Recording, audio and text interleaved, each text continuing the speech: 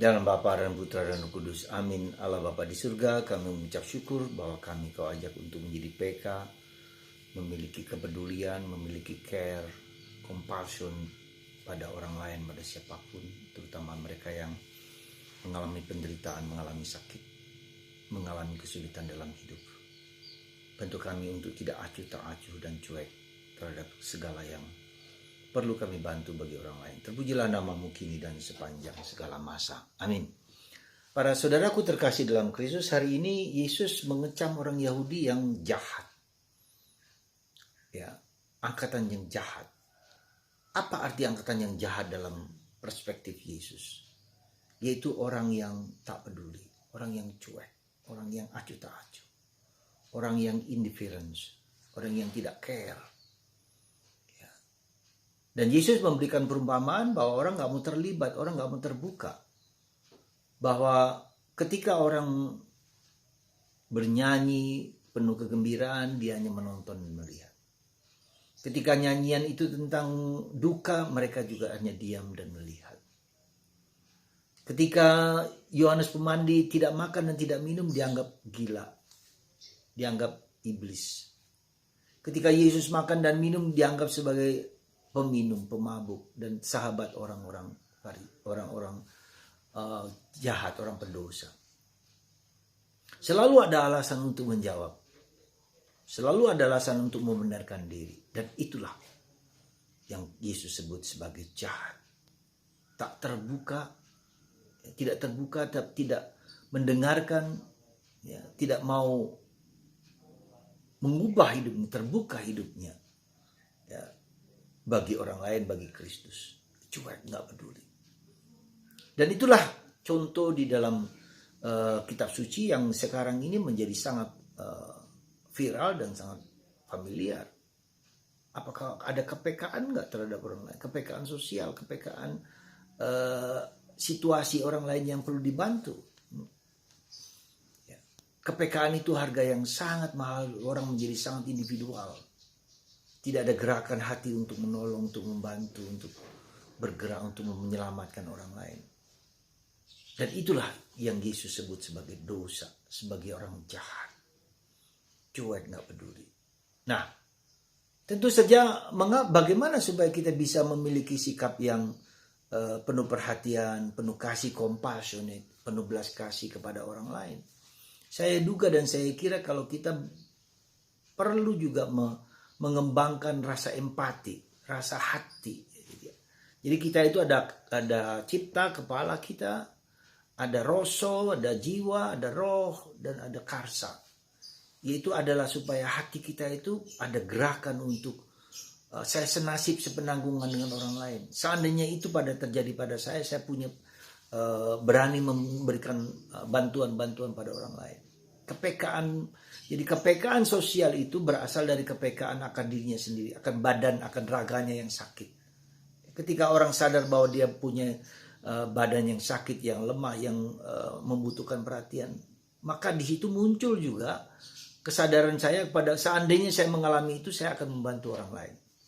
Nah, maka saudaraku terkasih dalam Kristus, perlulah kita mengembangkan ketiga aspek ini secara sinergi. Aspek cipta, ya, kemampuan intelektual, kemampuan budi, kemampuan pikiran, kemampuan menciptakan, mendesain kehidupan kita, memanage kehidupan kita, pandai, cerdas.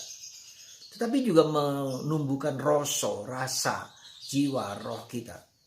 Ya, dan juga menumbuhkan kekuatan will, kehendak, ya, karsa, iron will, kehendak kuat. Jadi kepala, hati, dan kehendak menyatu. Ya. Nah, itu hanya mungkin kalau kita belajar mendengarkan sabda, membaca, merenungkan, merasakan sabda itu. Jadi misalnya bacaan hari ini tentang Yesus yang memberikan perumpamaan itu, saya merasa sabda ini apa? Sabda ini mau mengatakan kepada kita bahwa kita harus punya kepekaan, ketajaman, perasaan. Adakah itu? Oh, jadi ketika kita membaca kitab suci itu, kita tidak hanya membaca ngerti, tapi rasanya gimana? Ya, teks kitab suci gimana? Ya.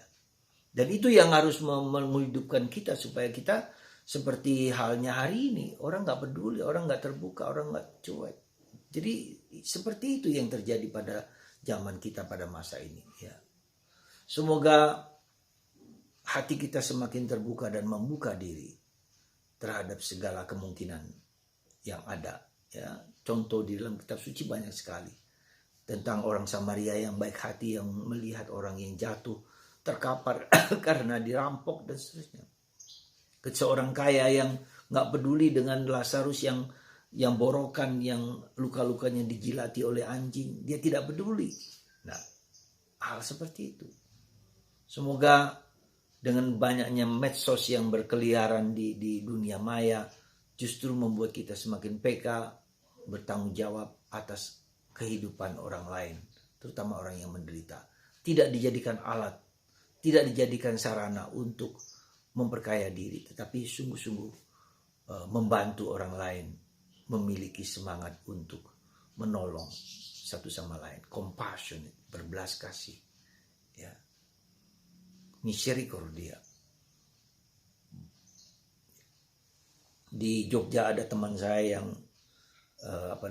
mengusahakan tempat untuk pemakaman bagi orang-orang Katolik yang tidak terlalu jauh dari kota Jogja. Ya, jadi orang dimanapun juga orang-orang Katolik sulit sekali mendapat makam bagi yang meninggal. Ya, ada di Jogja yang agak jauh di Gunung Sempuk, jauh sekali. Tapi ini di tengah, kurang lebih tidak terlalu jauh dari kota dan diizinkan untuk menjadi tempat pemakaman. Lalu di tempat itu juga didirikan suatu candi Bunda Maria, candi Misericordia, candi yang berbelas kasih, dan sekarang sedang tumbuh dan berkembang. Jadi teman saya seorang dosen Sanata Dharma ini bersama teman-temannya mengusahakan itu untuk orang-orang Katolik. Ada juga tempat penyimpanan tulang belulang yang sudah meninggal, ada tempat pemakaman, ada tempat candi Bunda Maria, dan tanahnya cukup luas, kurang lebih 2000 meter persegi, dan sangat indah dan sangat bagus. Kepedulian untuk membuat orang-orang Katolik yang wafat itu mendapat tempat yang layak. Ya, jadi ketika nanti sudah makamnya sudah banyak, lalu sudah layak untuk dimasukkan di kolumbarium, tempat penyimpanan tulang belulang. Dari kepekaan, ketajaman akan situasi yang dibutuhkan. Ada teman saya di Jakarta juga, seorang karmelit awam yang mengusahakan rumah panti jompo untuk orang tua-tua. Ya, dulu dia mempunyai kebiasaan setiap minggu sekali memberikan makanan kepada orang-orang di pinggir jalan, di pinggir rel kereta api dengan gratis dan seterusnya. Dan sekarang bertumbuh menjadi panti asuhan untuk orang-orang sulit, ya, orang-orang tua dan seterusnya. Kepedulian, kepekaan. Semoga kita semua peka dan tajam untuk membagikan yang bisa kita bagikan bagi orang lain. Tuhan memberkati kita semua dalam Bapa dan Putra dan Roh Kudus. Bapa, Putra dan Roh Kudus. Amin. Terkudus. Amin.